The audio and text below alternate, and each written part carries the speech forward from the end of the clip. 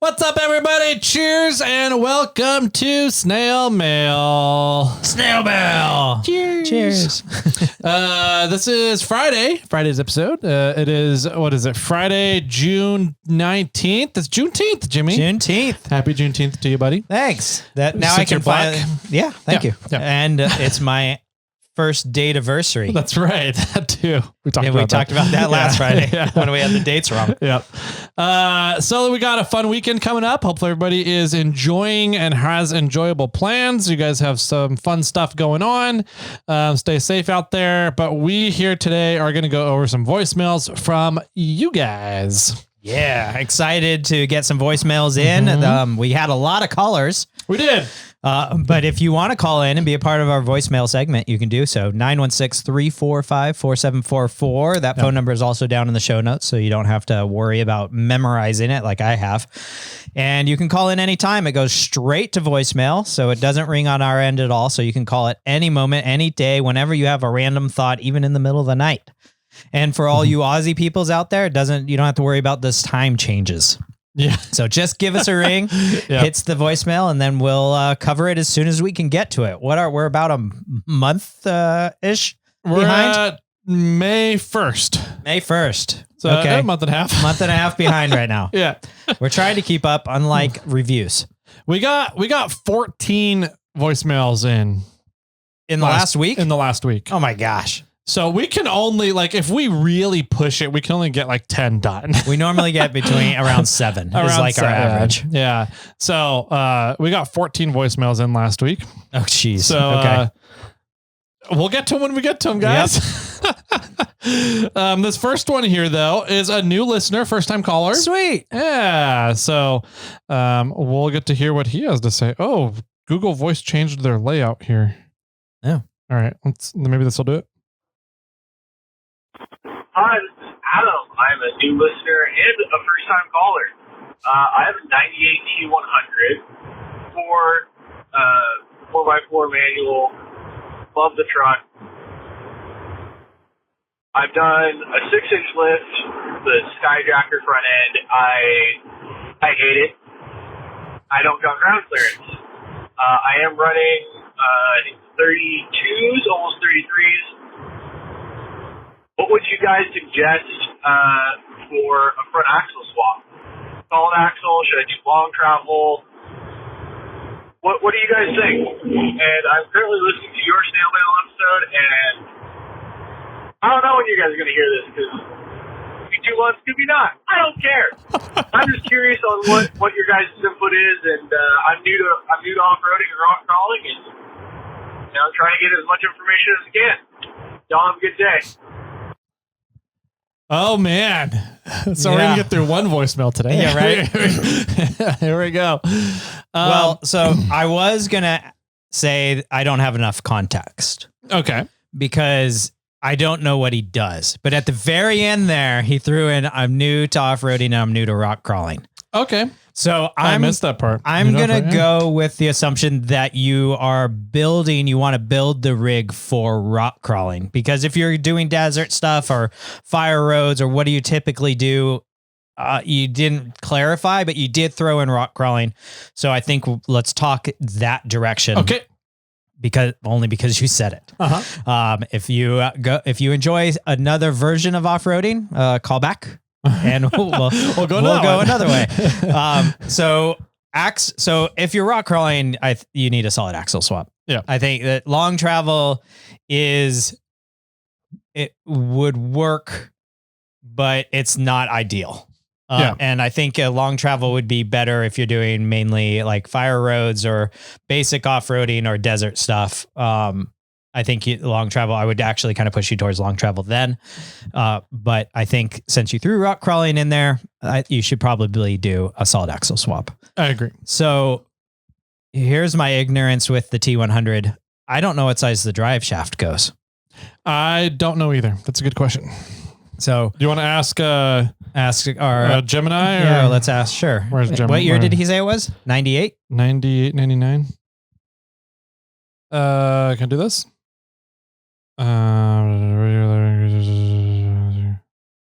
Okay. Well, no thanks. Oh, let's do this.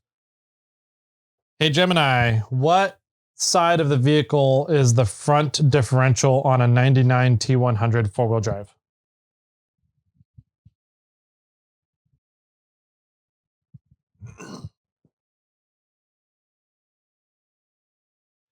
Passenger drop. Okay. Yep. Passenger drop. Passenger drop. So that limits some of your axles. To some extent. Yeah. There's the most common axle, like an 05 up Super Duty axle, typically does not come stock on the passenger side drop. Mm-hmm. So you can make it that way. I don't know how fabrication or handyman you are, but I do believe there are some kingpin axles from the like 99 to 04 that came none. Non-passenger drops, yeah. Are you sure? Yep. Okay. All the passenger drop kingpins were the late 70s Chevy. I thought there were newer ones. I would say not really. There was a 90s or 80s Wagoneer axle. Yeah. That was essentially equivalent of a Dana 44. That was passenger drop kingpin.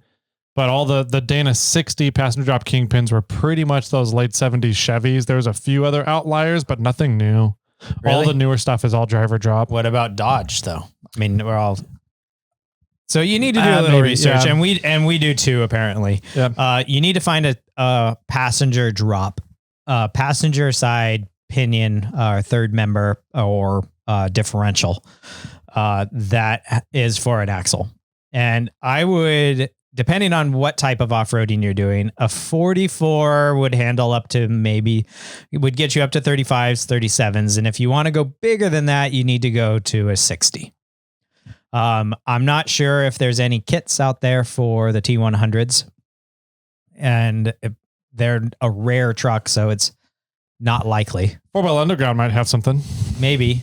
Yeah. Or at least know the dimensions or what would fit best for a T100 frame setup. Yeah. Mm-hmm. Yeah. I would definitely, you could reach out to 4Wheel Underground if you're going to be going that route. Linking your suspension.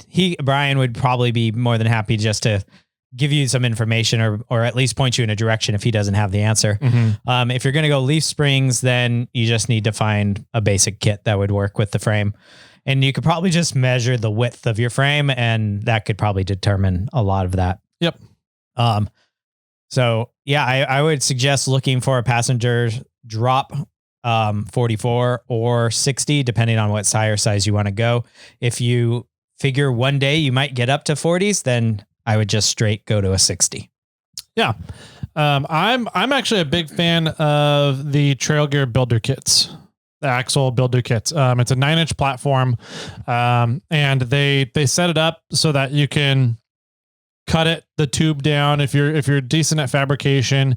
The nice thing, the hard thing that you're going to find is that all the axles that are passenger drop kingpin stuff is going to be so old. They're going to be really hard to find. They come with a premium price now because of that. Parts are going to be really hard to find because it's just old.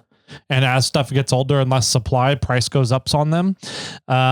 Super Duty stuff is everywhere nowadays. Yeah. And so if you have somebody in your area that would flip a Super Duty axle for you, that's the way I would go. For somebody on a budget looking for a Dana 60 passenger drop axle, find somebody in your area that can flip a Super Duty. Okay. It would be, in my opinion, less expensive doing that than trying to get an older kingpin passenger drop and accumulating parts for that over time. Yeah, I understand that. That would probably be cheaper than a build your own axle. I think so too. Yeah. Also build your own axle would take more time and just take more time in general. Yeah. So there's a bunch of options out there, I guess, from, build your own with like a 9-inch or another or 60s if you want. I look at Diamond or Trail Gear. I don't think Rough Stuff's making them anymore.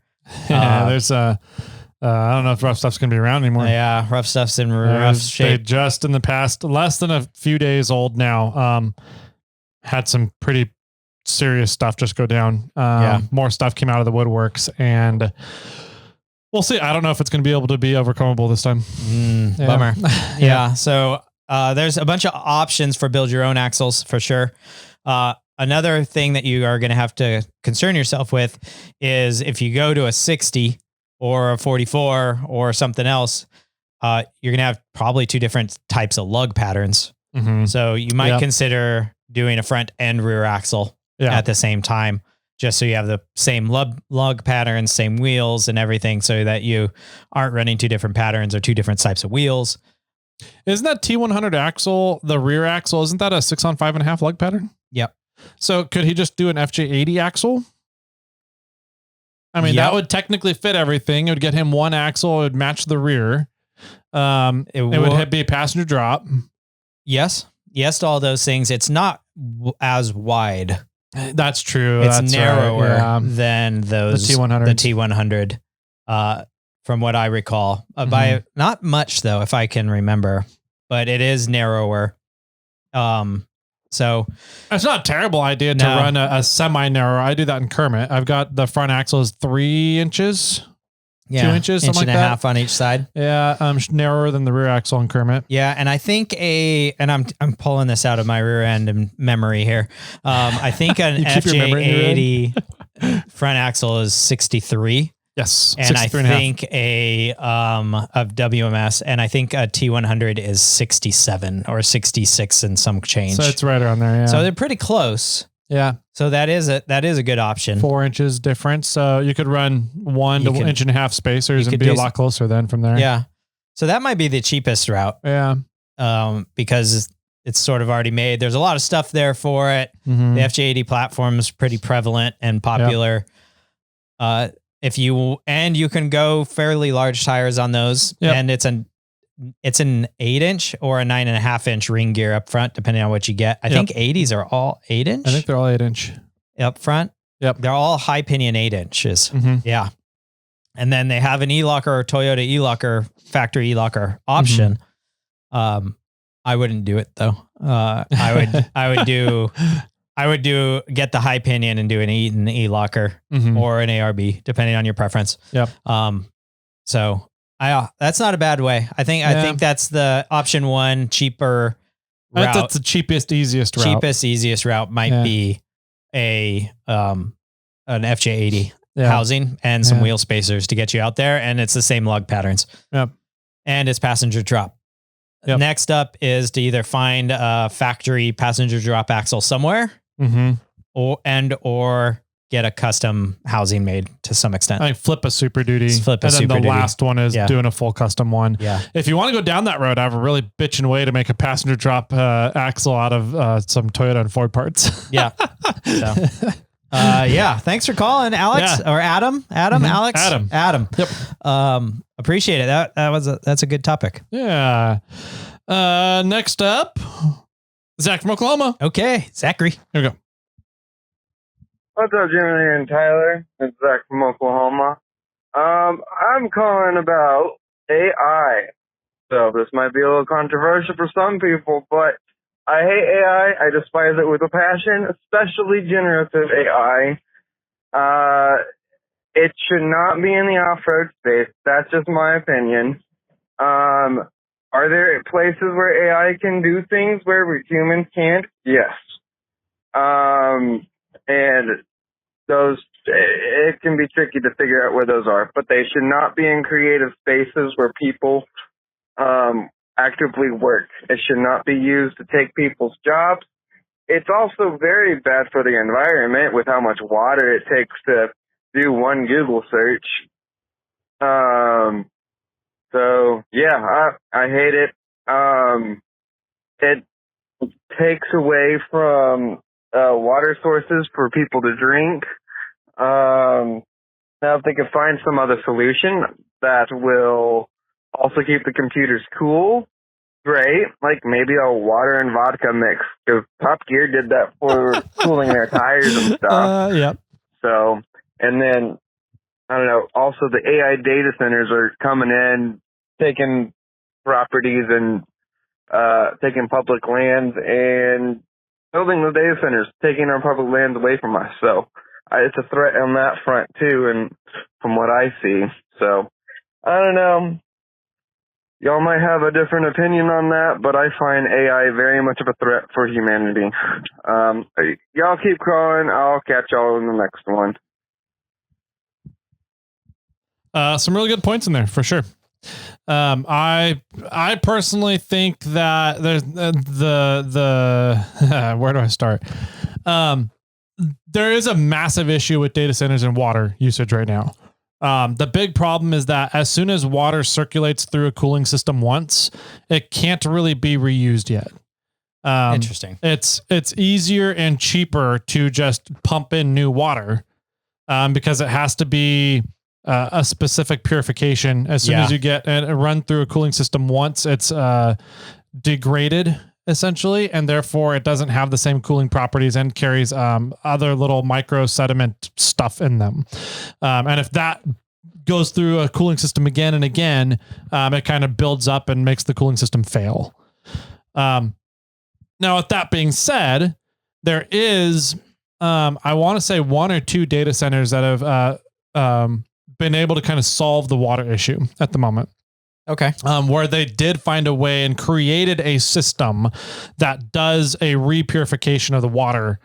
That way, you have the initial, you got to fill up the system first, which is a lot of water.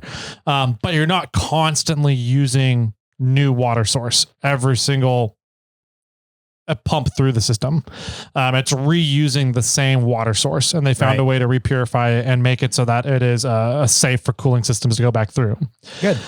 So this is what I love about humanity. One of the really, really cool things about humanity that I really enjoy is the problem solving aspect of humanity, of human beings. The data centers are an issue. AI can do some really fucking cool things right now. And there's an interesting story from Anthropic, who runs Claude Code.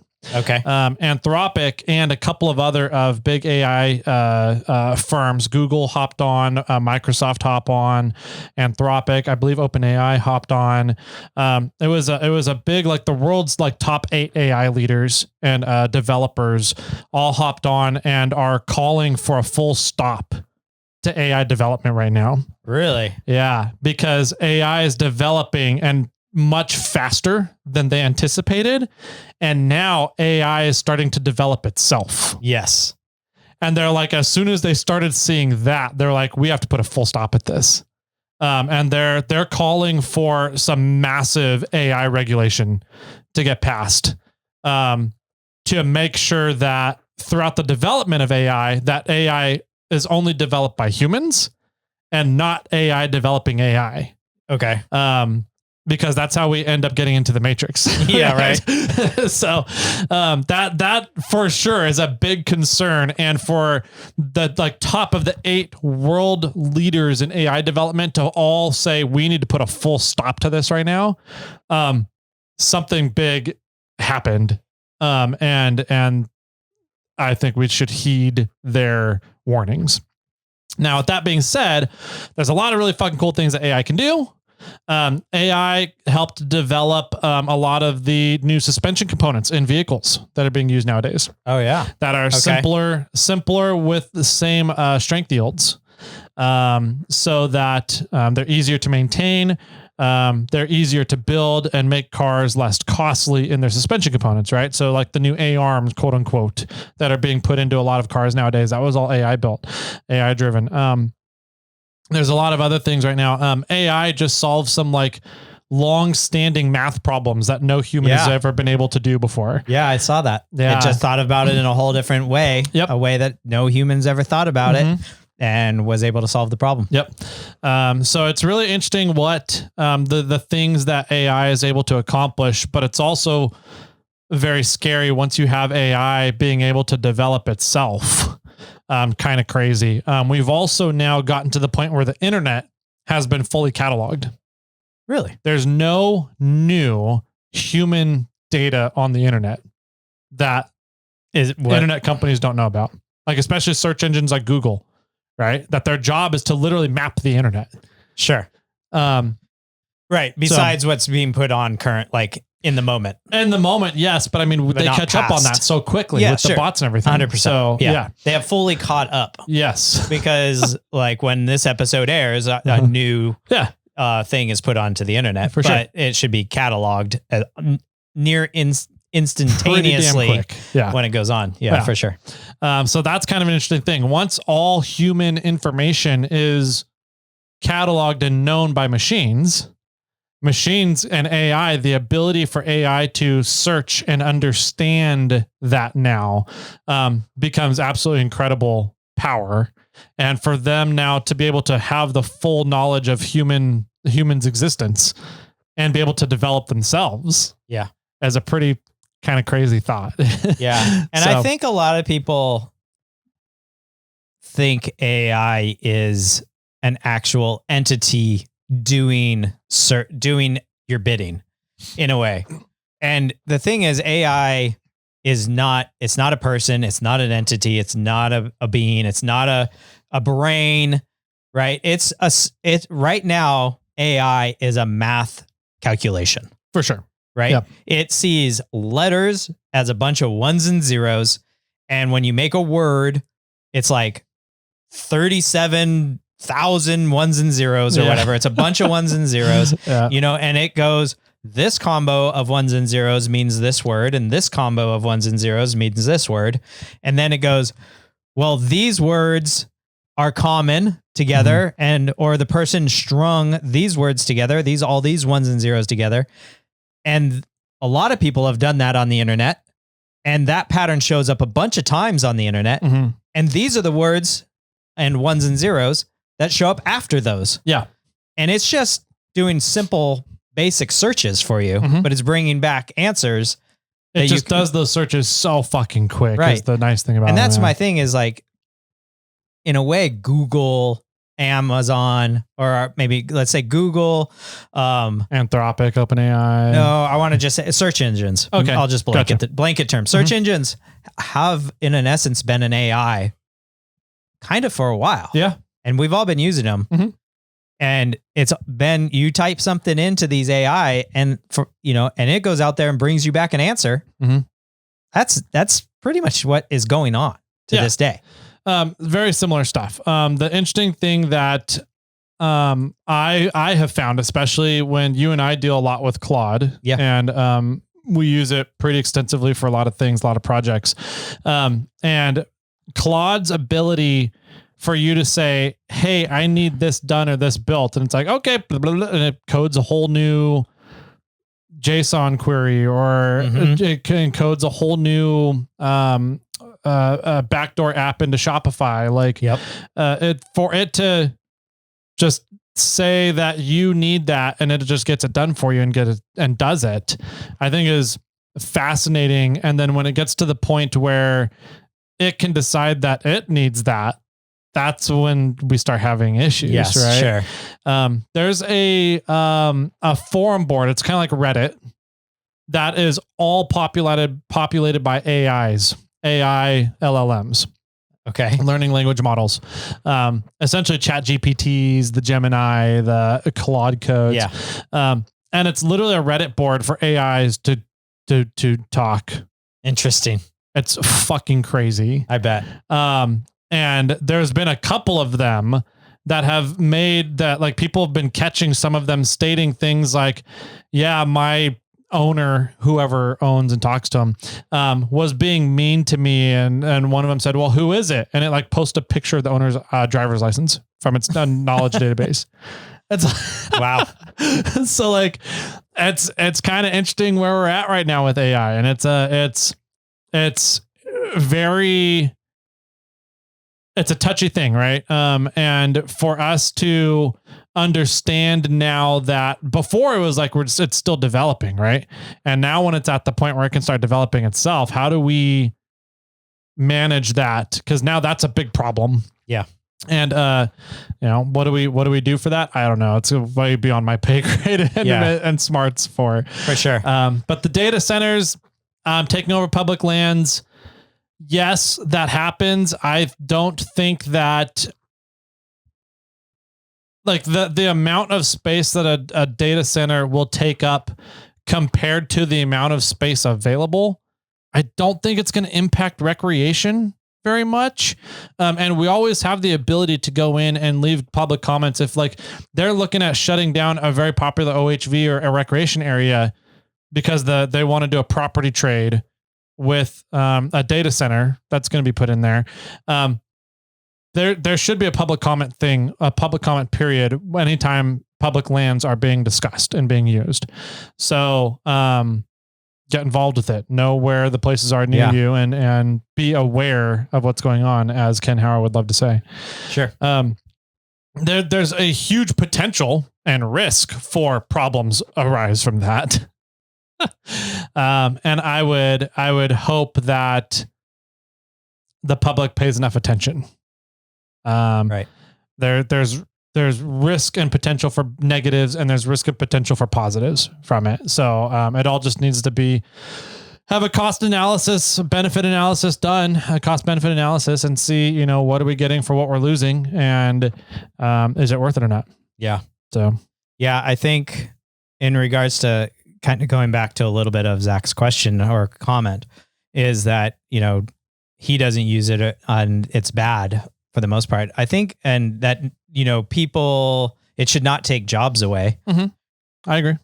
I agree to some extent. I mean, the benefit of some of these things, some of the AI, is the fact that it can do things so fast. Yeah. And it can do things that it can do something that in fractions of a time that a person can do it. Mm-hmm. And that saves businesses lots of money. Yes. Now, the trick is you need to position yourself in the position where you cannot be taken over by it. Your job cannot be taken by AI, or you need to be able to be the AI commander to some extent. Yeah. Right. So a lot of, like, a blue collar job at this point in time in life is never going to get taken over by AI. The trades are a great spot to be if you want job security. Right. But like a bookkeeper might be taken over soon. And I know, Zach, you really appreciate art, and art is I get drawings for snail armor for people that want me to do custom artwork all the time from an AI creation. Mm-hmm. The thing is, my software can't use the AI file. Yeah. So they still need somebody or some software to then move their file that they created into a usable file for the software. Yeah. So there's still always going to be some sort of jobs in art. There's still always going to be some jobs in technology. It's just a matter of positioning yourself ahead of AI so that you can continue to be ahead of the curve, or position yourself in a good spot in the business that still needs the work done. Yeah. Art, like, I played around with the AI art. It's fun. And so as a graphic designer, I've used it as tools, like create me 5 or 6 images for, combining J and G together. And let's make a logo. And then it spits out 5 to 6 images. And I go, I like this aspect, that aspect, and this aspect. And then I take those to Adobe Illustrator and create my own artwork from designs that they've created. Yeah. So I don't have to do the primary thoughts, but I have to have the final thought. Like, how does the final thing come together? And to some extent, you need the primary thoughts of what you wanted to start the process. So I really see it as a tool. It's a tool that you need to understand, you need to learn, you need to know, so that you can implement it in ways that work best for you. Yep. I agree. I think it's a fantastic, fabulous tool. But it should not, you still need human correction, looking at oversight for anything that's AI done. Yeah. My wife does, she's a contractor for the state of California, right?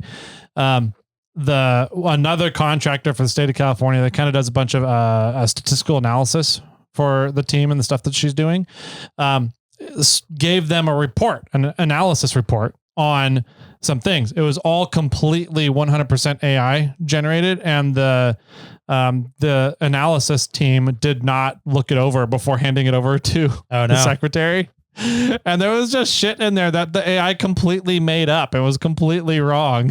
Yeah. And she goes, "This is how you use AI really badly." You're right. So, yeah. Yep. It still needs human eyes oversight for, I think it'll be that way for a while. Yes. Yeah. I do too. And I do strongly feel that, maybe minus the water thing that you were talking about, Zach, but I feel that if you don't keep up with AI, you're going to be completely left behind and not understand technology and what's coming. Yep. It's like going from, the newspaper to a television, and like our grandparents are like, I don't know how to turn this thing on. Yep. I don't know how to focus the antenna. I don't know how to, change a channel. And, the kids going like, this is how you do it. Why don't you understand this? Yep. And horse-drawn buggy to a car, an automobile. Yeah. I've heard it phrased as this is as big or larger than the internet. Well, I agree. It's the largest technological move since the internet. Yeah. I also pulled up a meme that I saw the other day and I thought it was super hilarious. I'm going to show it to you and then you can laugh and describe it to the podcast. That's so perfect. It totally is. Okay. So it's a Venn diagram.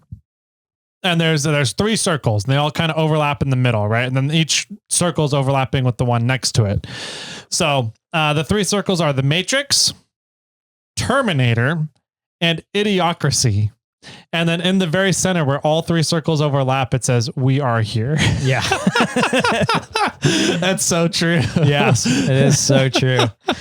That's good. I like that one. Yep. Pretty good. I need that on a t-shirt. Yeah. So, I'd appreciate to hear other people's feedbacks on this.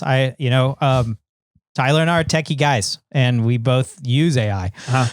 We both have found advantages to AI in our own businesses. I found disadvantage to AI where I don't use it too. So I'm like, that wasn't really helpful there. Right. And, if this is a concern or an issue or you like it or dislike it, let us know. Yep. Yeah. Sweet. Cool. Next up. Yeah. You got time for one more? Yeah, we do. That's right. Okay, next up is Alex, Botches Offroad. Hey, Jimmy. Hey, Tyler. It's Alex from Botches Offroad Podcast. I'll tell you, I'm listening to the Mike and Max episode. It has been so long. Those 2 are freaking hilarious. That's it. Their intro was great. It was all great. They're great. They should just start podcasting again. Maybe we just start doing it all over again. But if you could relay that message, the fans are wanting it. Okay, maybe it's just like me and Jimmy. I don't know. I don't know how many people listen to them. I don't know how many people listen to anything. I listen to all off-road podcasts. Every time a new one pops up, I'm like, hey, that's one I haven't heard before. But yeah, so Max are great. They should come back. All right, bye. I agree. Alex, I will take your voicemail recording and send it to the Mike and Mike people. The Mike and Mike and Mike person. Yeah. Let's see. Because I formatted my phone last weekend. Oh, that's right. I had to go through my Podcast Addict app and add all subscriptions. Yeah. Okay. So I searched off-roading. I searched 4x4. Okay. I searched wheeling, and I pretty much added every off-road podcast that's still happening. Okay. Current. Or just that listed. No, if they didn't have anything in the last few months, I didn't add them. Okay. Luckily, Wheeling, Wine, and Whiskey popped out an episode, so they got added. Okay. But here, let's see. And this is in alphabetical order for the most part, from going down. And I'll just read the off-road ones that I have. Okay. Botches Off-Road. Hey, number one. On the Rocks Off-Road Podcast. Okay, I've heard of them. Then Snail Trail's on there for next. And then Losers. I found this one, which I haven't listened to a single one of their episodes yet. It's called the 10-Minute Off-Road Podcast. All of this stuff is like 10 to 15 minutes, it looks like. That one's a graphic design one. Blue Collar Off-Road Podcast. Okay. I've heard of them, haven't listened to one of theirs. Let's see. And then I have the Toyota Garage Podcast, Trailhead Podcast, Total Off-Road Podcast, Wheeling Wine and Whiskey Podcast. And now that I'm reading this, I don't know why I don't have the Dirt Drive on here, but I will go and add you guys. Missed that one or didn't see or something. Sorry about that. Yeah. I'm literally going to add it They right didn't now. do good with their SEO. Maybe not. 4x4 off-roading in their name. I'll search dirt. There you go. Let's see. But yeah, so those are the ones that I currently have listed. If you guys have other off-road podcasts that you listen to, I'm all ears. I would love to hear more off-roading content. I'm so bad with podcasts. When I was, driving around my previous career in the tennis world as a sales rep, there was tons of time to listen to podcasts. I was on the road a lot, driving 40,000 miles a year. So now I don't, and I can't focus on what's being said on a podcast while working on something. And so I just never listen to any podcasts anymore. And I feel really sad about it. Right. Yeah. Yeah. If I'm concentrating, I can't listen to a podcast. Yeah. If I'm like just running panels, I can do it. Yeah. All right. Dirt Nerds Off-Road. I believe that's the Dirt Drive guys. Nice. Dirt Drive. You are added. Perfect. So if there's any other podcasts out there, off-roading podcasts, let me know. Cause I'm definitely loving it. Sweet. Should we do one more? Let's do one more. We're only at 3. Here we go. This is no name. Okay. Here we go. We'll hear. Hey, Jimmy. Hey, Tyler. I just listened to the episode you guys were talking about resale values on cars, whether it makes more sense to actually sell the rig with all the parts you put into it all the time, everything like that, or reverting it back to stock. I have experience with a couple of different cars. They're not off-road vehicles, but I used to own a couple of Nissan 240SXs, kind of similar to drift cars. At the time, during COVID, I was actually importing a bunch of very rare and hard to find parts for these vehicles that almost at the time nobody was selling. I put them all together, put all these OEM body panels on the car that were very expensive. My wife was very, very leery of me spending so much money on the parts, and I just figured I'd never make my money back. Now, fast forward, I kind of got tired of the car. To me, it made more sense to actually take all the parts off of the car, minus the fact that I refreshed the motor and all the suspension, everything like that. I left that alone, but I actually took all the super rare body panels, the interior out. I stripped a lot of what I ended up purchasing for a lot of money out of that car. And I actually made a lot more money that way. I actually pretty much every single body panel I sold, I pretty much doubled my money on, because at the time nobody was selling them, and I was kind of the only guy with these super rare parts. I'm not sure if that same process would apply to like my newer truck, like my 80 series. If I were to sell it, I think I might get screwed. I use that one a little bit harder. But that's just my use case. I think it kind of depends on what parts, how you're using the vehicle. OEM body panels, body kits, all that stuff that's hard to get that you're importing. I think that's a little bit more selective. So that's just my experience. First time caller. I'm Kyle from Southern California, and keep calling, guys. All right, bye. Thanks, Kyle. Yeah, that's good stuff. It just goes into supply and demand, right? So supply and demand equation. As there's more supply, demand is less. Therefore, the prices come down.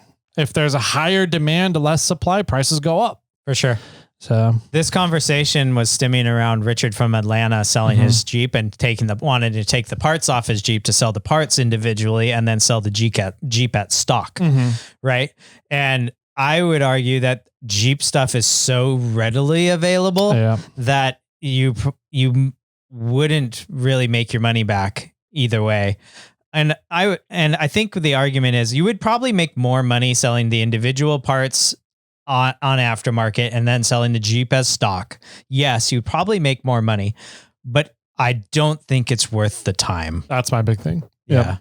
Time is valuable. You can never get time back. So how much time is it going to take you to remove all those parts and put the stock parts back on? How much time are those parts then going to sit around your shop? How much time are you going to waste talking to dumbasses on Facebook Marketplace?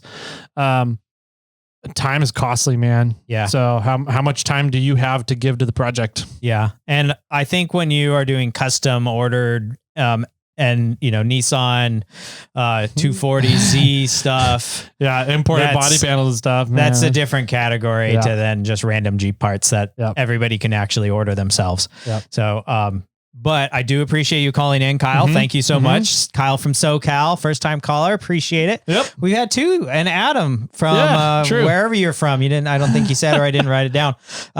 2 first time callers this week. That's pretty awesome. Sweet. That does it for today's snail mail. We got through a whopping 4. Go and us. we got 14 that came in. So we're down to 38 right now. 38. So, All right. Does that include text messages? Oh, no, there's 4 text messages. So okay. 42 total. Whatever. Giddy. So anyways, we'll get back up to it next week on Friday. Hopefully you guys enjoy your weekend. We have a fun show for you, a big informational show. I think it's going to be kind of neat. Seeing what's been going on Monday. So if you guys are around Monday morning, I highly encourage listening to the show, and you'll get to hear about how it's like working with some Forest Service in the area. So I think that does it for now. Anything else, Jimmy? Nope. Feel free to call us 916-345-4744. Be a part of our snail mail episodes. Cool. I like it. And with that, my friends, we'll see you on Monday. Be safe. Bye-bye. The number you have called has been disconnected.